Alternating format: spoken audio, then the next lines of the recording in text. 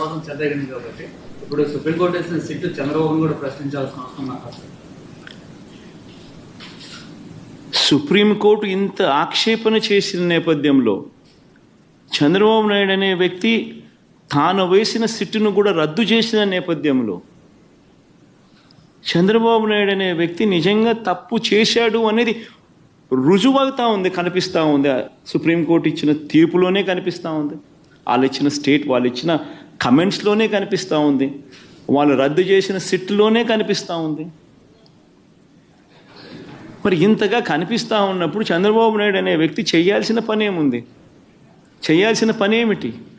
ఒక అబద్ధాన్ని మళ్ళీ ఇంకా పెద్ద అబద్ధాలతో దాన్ని అబద్ధాన్ని రుజువు చేయడం కోసం ఇంకా ఎక్కువ అబద్ధాలు చెబుతూ కలియుగ దైవం అంటారు వెంకటేశ్వర స్వామిని. వెంకటేశ్వర స్వామి విషయంగా ఎవరైనా ఆడుకుంటే మాత్రం మామూలుగా ఉండదు. వారికి జరగబోయే వారి పాపం అనేది పండి వారికి జరగబోయే నష్టం తెలిసి వెంకటేశ్వర స్వామితో ఆడుకుంటా ఉన్నారు.